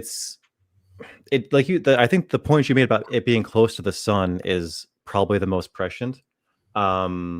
Because the Gemini, like you'll see here, like Mercury right now is in Sagittarius. He's not going to go much farther than that. The sun's in Scorpio. The Gemini is going to start, or Mercury is rather going to start retrogressing soon to stay close to the sun. So there's a constant state of heat with Mercury, and Mercury is very fast. He's symbolically the fleet-footed messenger of the gods. So he needed to go quick, and that's why he rules Gemini and air sign and Virgo and earth sign, going from the heavens to earth as the messenger. So yeah, Gemini needs that heat behind it, I think. Mm-hmm. Totally.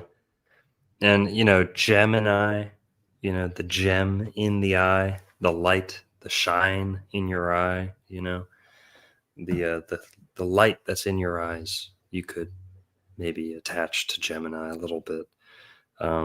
Some people disagree as to what rules the eyes. Some people say Aries, some people say Sagittarius, because I see. Some people say Gemini. They're the gems in the eyes. It's the twins in the head too. But yeah, so there's a spark in Gemini. Let's say that. There's a spark and a glimmer. And going back to the seasons, the Gemini season is warm. It's the warmest air season by far. So right. And then Libra, sorry. Yeah. And Gemini, for us in Florida at least, that's summer, guys. Okay. We're already in summer, that is summer.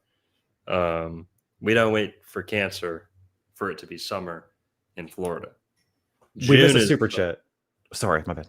Okay. My apologies. You were cooking. That's okay. Zalero Morales. I never know how to say this person's name. $20. Keep up the great work. Much love. Appreciated. Rob with the $10 says, who the fuck has the flat earth thing right? Who should I watch? By the way, when you coming to Arkansas to kick it? I don't know, man. As soon as they locate a single good-looking girl in Arkansas, I'll be headed over. No, just kidding. Teasing. I like Arkansas. I've done some traveling through Arkansas, but there's not much for me in Arkansas, I'll be honest. But if I go through there, you'll see. Follow me on Instagram. I'll post about it. Rob, I would say Eric Dubé is one of the OGs, and I don't think he's ever put out something that's too bad. Okay, I think he's really good and one of the best with the flat earth proofs. Not Ken Wheeler, the other guy, just very similar. David Weiss. That guy's not that bad. He's pretty great at most of his stuff. He's one of the most prolific debaters and presenters. And, yeah, Agree completely. Eric Dubé is the one who convinced me. I mean, when I found out about Flat Earth, I thought it was the dumbest fucking thing I'd ever heard. It might have been the same week I heard about astrology. It could have been the same day. I'd never heard about astrology, didn't know what it was. And one day, my friend, when I was like 19, he tells me, hey, you're a Sagittarius. I was like, okay, what's that? I had no idea what it was. I didn't even know what zodiac signs were. Okay. He says, you're a Sagittarius. Yeah, explains it. He's like, oh, yeah, watch this. Throws on a single Santos Bonacci video I'm like 19, hooked for life. Okay. Hooked for life, never looked back, obsessed with astrology. I ask everyone's birthday now when I meet them. And I'm also, it's not like an obsession. It harmonizes with everyday life super well. It's pattern recognition at the end of the day. Astrology is just another system of pattern recognition. I think you need to have a little bit of a IQ to kind of make a lot of sense of it and to make good use of it. Otherwise, it might just seem like a lot of personality stuff. Oh, I feel like this, and oh, my Venus means my Mercury, my debilitated Mercury means I steal from stores in the mall. Oopsies, like stuff like that. But Eric Dubé is good. What do you think, Merlin? Merlin's a great resource too. I mean, Merlin has some good stuff about astrology working with geocentrism, Polaris, the North Pole, and how, kind of, you explain it, Yeah, well, Dubé is what convinced me as well. His proofs are so great. And like if you go to watch his content, don't get offended, because if you go watch like the video, the top 20 proofs Earth is not a spinning globe, proof number 1 is common sense. And at first I was like, what the but then like the more you learn about it, it really is, man. Like my favorite thing to say is that every single heliocentrist is going to live and die without seeing the moon rotate. Why? Because the moon doesn't rotate. It's not moving at such a perfect angle that we just can't see it rotate. It also looks nothing like a rock. It behaves nothing like a rock that we can experiment on. So like everything about heliocentrism, when you really start breaking it down, requires faith. Oh, you never seen the moon rotate, but you have faith that it does? Cool religion, bro. No, thank you. But yeah, like when it comes to geocentrism and astrology, I think geocentrism and understanding the shape and like really just the nature, more of the nature of the realm, is so important to understand how and why this all works. I didn't even care about astrology until I learned about the Earth. And then I was like, whoa, if that's what Mars looks like, I don't know if you see behind me, I own a telescope. One of my big pet peeves is like, oh, none of you guys own any telescopes. And it's like, bro, like, do you think zooming in on the moon is going to make it rotate? I don't think so. I've still not, you know what I mean? Like, it doesn't look more spherical. If every time you see the sun in the sky, you see a circle. And again, astrology is the study of the circle of the heavens. God reveals himself in circles. In the backdrop on this stream right now, Longo has the star trails around Polaris forming circles. So it's all there. And we mentioned earlier that the circle and the pole are everything. So yeah, I'm sorry if that was a rant, but like I feel very strongly about this topic, that like it's so important. And to mention earlier, like we were talking about you mentioned the plane of inertia. Taurus is the first Earth sign. It is fixed Earth. And to my best guess and what I can figure out, we live on the plane of inertia, as Longo was saying, inside a Taurus field, fixed Earth. So even if we're not inside a Taurus field, technically, the Taurus field represents the properties of Earth. You have a dome separating the waters above, the waters below, and a plane that is livable, that is inertia. So, if you're going down this rabbit hole, man, just know that like every explanation for why things work has an alternative, more reasonable and better explanation once you start understanding geocentrism and the true nature of the plane that we live on. My humble opinion. I'm gonna land. Yeah, totally. Juan on Juan is in the chat, guys. Good to see him. Shout out to Juan Ayala from the Juan on Juan podcast. He says the moon is a holographic projection made out of cheese. Correct. Yeah. Shout out Juan, guys. Go give Juan on Juan a subscribe if you haven't already. Rob with another $10 says we can use the Zodiac to figure out our exes and visit the RTTL settlement. What's RTTL? Do you know what that is? Return to the land. Return to the land. Return to the I don't know white? how I got that, but that's return to the land.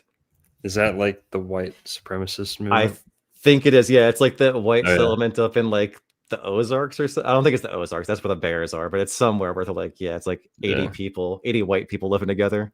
I want to say that they're cool and based, but they're probably just a bunch of LARPers who like sacrifice beavers in the middle of the night and stuff, you know, pagan LARPers. They do utilize, what is that legal term where it's like the it's like a pact you can enter. I'm blanking on it, but like knowing at least how to do that is, I think, very cool and useful. The frick, sorry, I'm blanking, but they're at least legally and lawfully have some good gravy.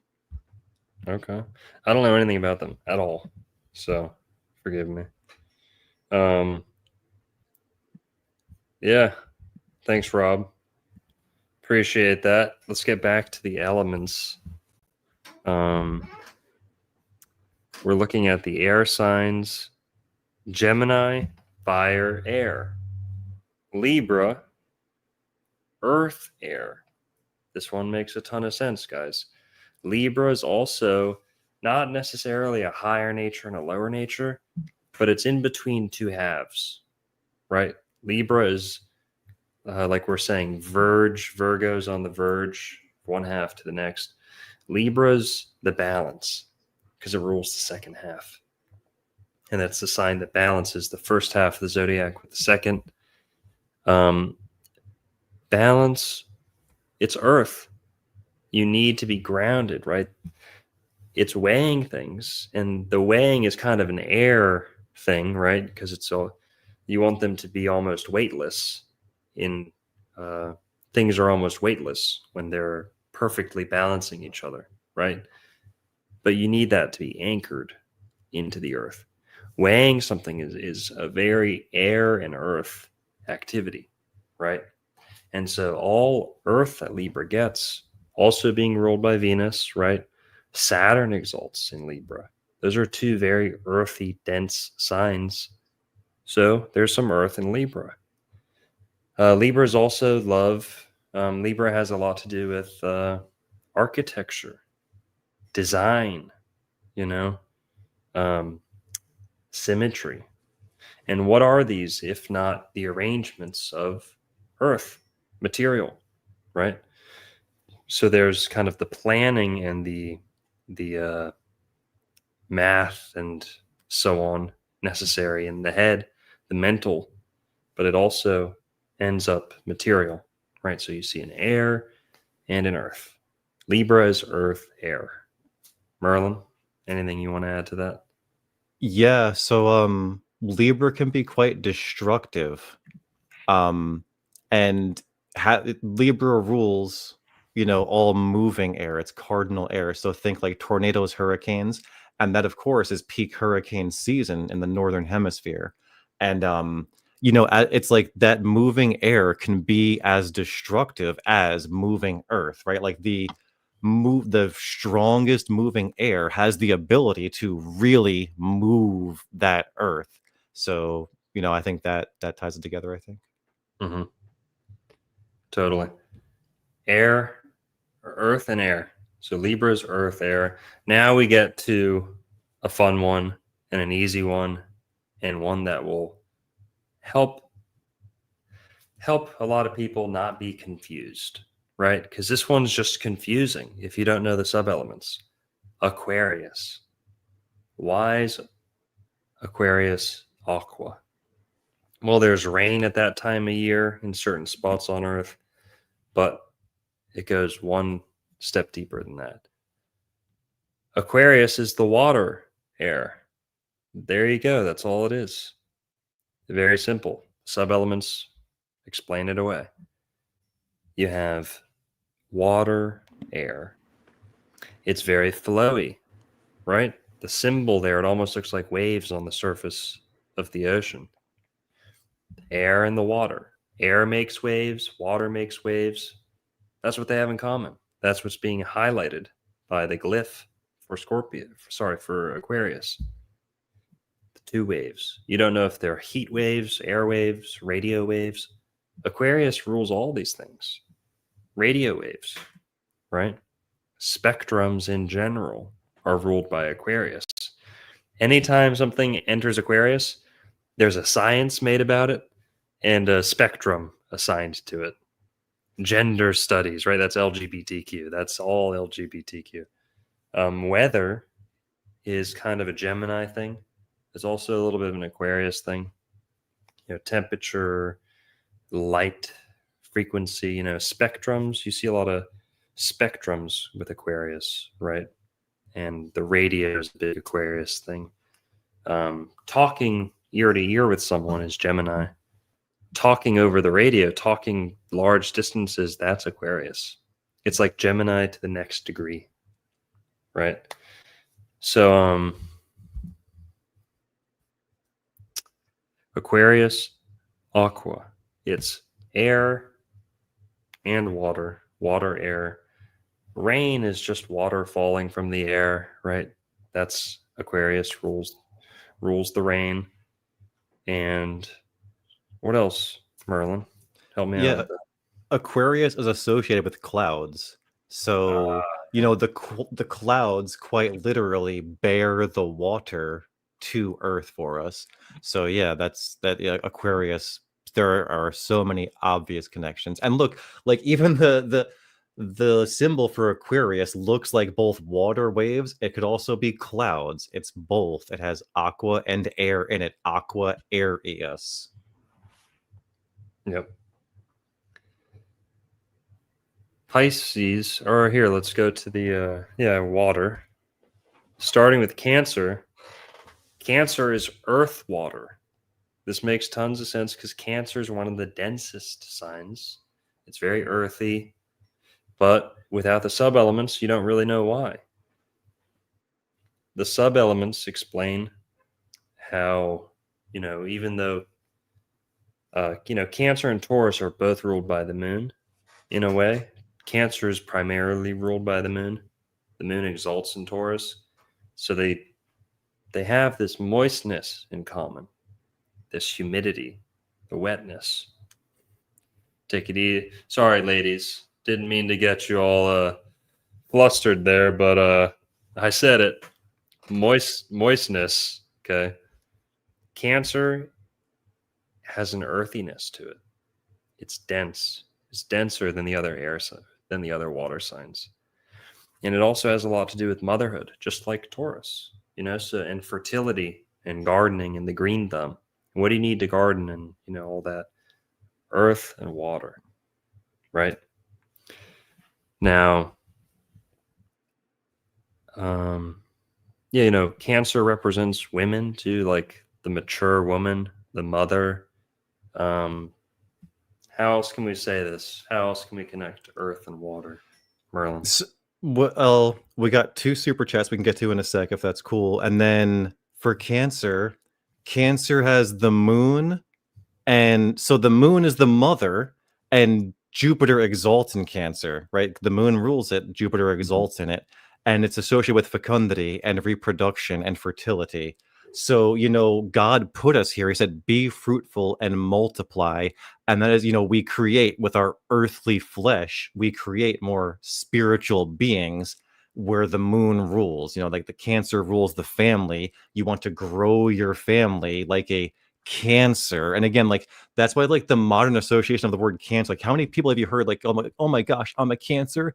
Yeah, I'm really horrible and annoying. It's like, no. Cancer is not necessarily bad. You're like obviously getting the disease Cancer, no bueno. But the sign of Cancer is very good, very protective, and completely associated with water and earth because it is that earthly fecundity that is probably the most prominent aspect of Cancer. And there were some good super chats, unless you wanted to keep cooking. Yeah, thank you. Rob with another $10. PMA Merlin, Private Membership Association. And some Christian, some pagan, most not from Arkansas. So So no beaver sacrifice. All right. Well, good on you then. Yeah, learning about PMAs is extremely beneficial. I know another content creator, like, you can hire a doula to give birth at home rather than go to a hospital with a PMA, right? I know a lot of people are waking up to the fact that hospitals are no bueno. So, like, learning PMAs is extremely beneficial, in my humble opinion.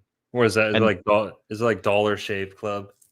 no, it's like No. you and I are going Oh. to enter into a contract together, and like, it's like how you can sell raw milk if it's not legal to sell raw milk. It's like that kind of shit where it's like you can Yeah. work outside the legal system. I know it's a joke. I'm sorry, but yeah. Yeah. No, that's the perfect analogy comparison. Well, thank you, Robbie. And John Sup, the $5 says, "What up, Longo?" Oh, here we go. John Sup, I hate to do this to you, man, but did you not read the disclaimer on all my videos?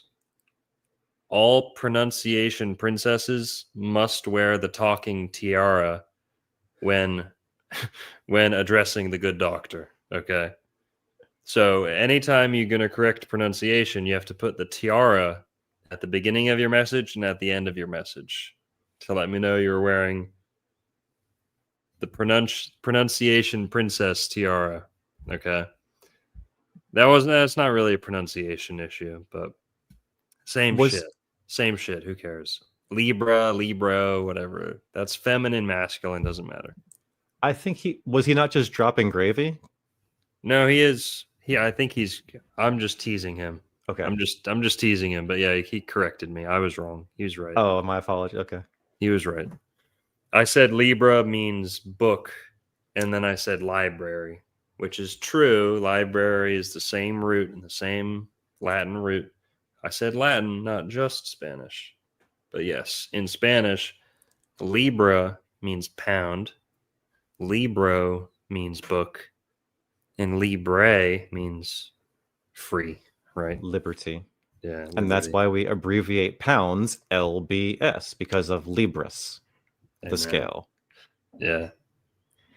So all right, we got Cancer, Earth, Water. Very dense, motherly. Cancers really put on weight really, really easily.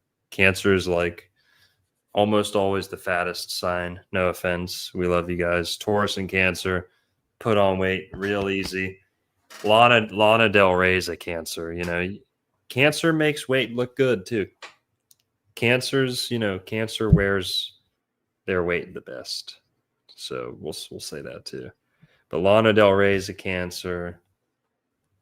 All the famous fat people are like all Taurus and Cancer. It's pretty funny. Lizzo is a Taurus. Whatever. But yeah, Cancer, multiplication, swelling. That's why Cancer, like Merlin was saying, the commonality between Cancer, the disease, and Cancer, the zodiac sign, multiplication. That's it.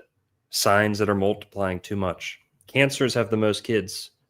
Crabs, Cancer's the crab. Crabs have, I think, more offspring per parent than I think any other, or at least more than most animals for sure. Like one mom can have like a fucking million babies, right?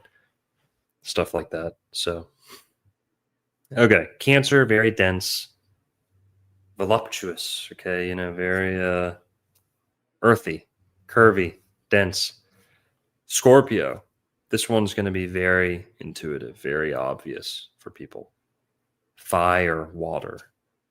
Just like Capricorn has this fire, and no, you could never put your finger on it before until we kind of scrape the surface with the sub-elements. Scorpio's the same way.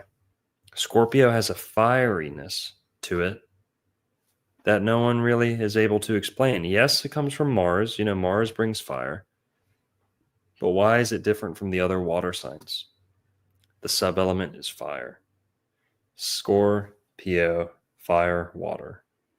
kind of like alcohol, right? Kind of like addiction, extremes. Scorpio rules dependencies and things like that. Abusing. Scorpio rules abusing things, abusing substances and stuff like that. Overindulging can be a Scorpio thing, just like Taurus. You see them on the same axis. But Scorpio is fire water. So there's a burning in Scorpio. And like we said earlier, that's where you get words like steam. Scorpio is a real sexual sign. So people say steamy, right? Well, why does steamy mean that? Scorpio, fire and water mixing together. It's like the most masculine element and the most feminine element clashing. So you have steam and you have mist.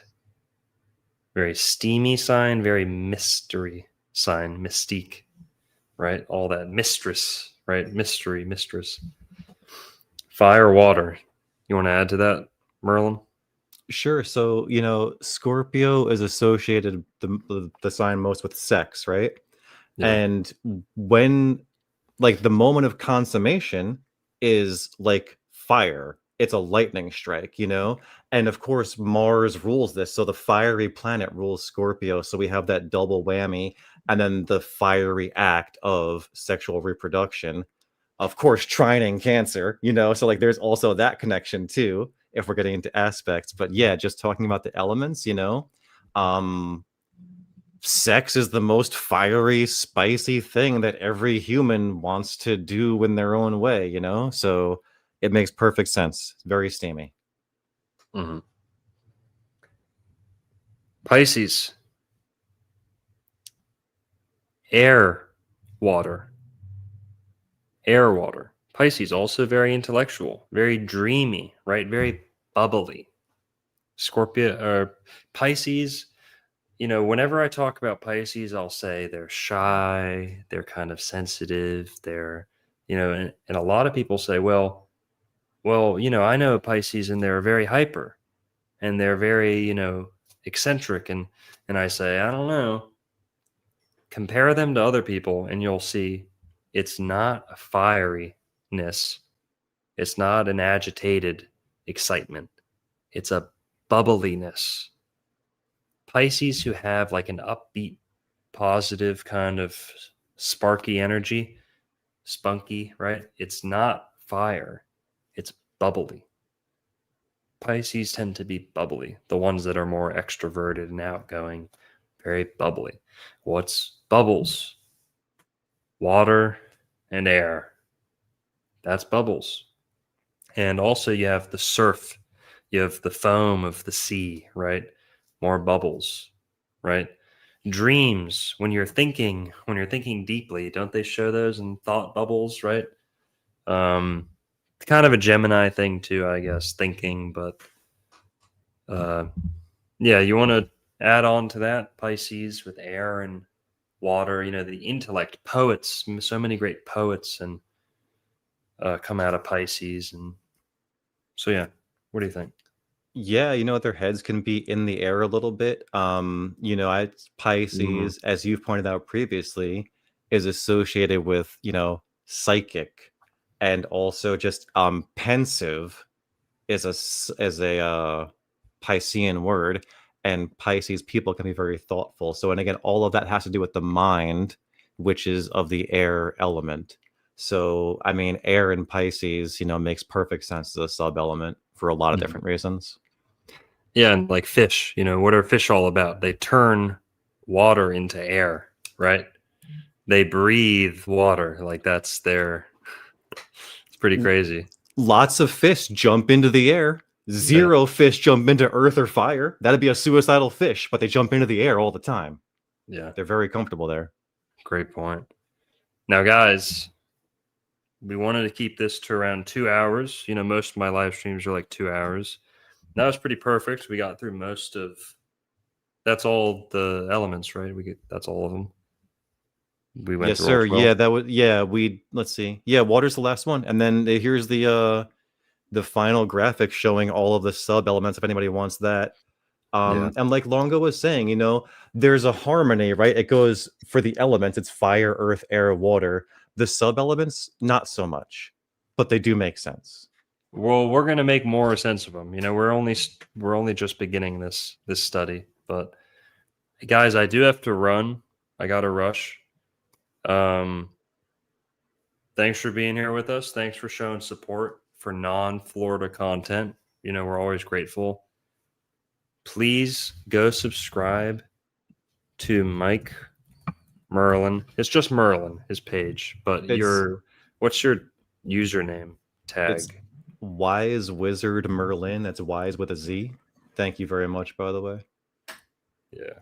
Boom. There we go. Okay. Yeah, so Merlin is like the channel name. And then if you want to like keyword search it or use his tag, it's Wise, IZE, Wizard Merlin. Hang on. Share the screen here in a sec. Guys, make sure to go subscribe to Merlin here. Lots of great stuff on his own. You can hear him talk a lot. That's all his own stuff on there. Yeah, great videos. Piety, that's a good one. That's funny. April 1st, lots of good stuff. And then also, guys, we're streaming this to my second channel, which we're going to try and keep more like astrology. Oh, there's this other Dr. Longo. Fuck, I forgot about that. What the heck? Yeah, this guy's famous. He's like a longevity expert too. Oh, okay. Yeah. Pretty cool. But guys, you know me. I never ask for subscribers, ever. I've never asked for a single subscriber on Old World Florida. Ever. Not a single one. That's why all these other channels blow dick hole. They're always begging for subscribers every single night. They're like fucking poor friends who smell bad and are like, can you pick me for your soccer team? Hey guys, don't forget about me tomorrow. Don't it's very beta. Subscribe if you want or not, whatever. But if you're subscribed to Old World Florida, I am going to ask for this. If you're subscribed to Old World Florida, if you like subscribing, please go subscribe to my other channel. That's all I'm going to ask for.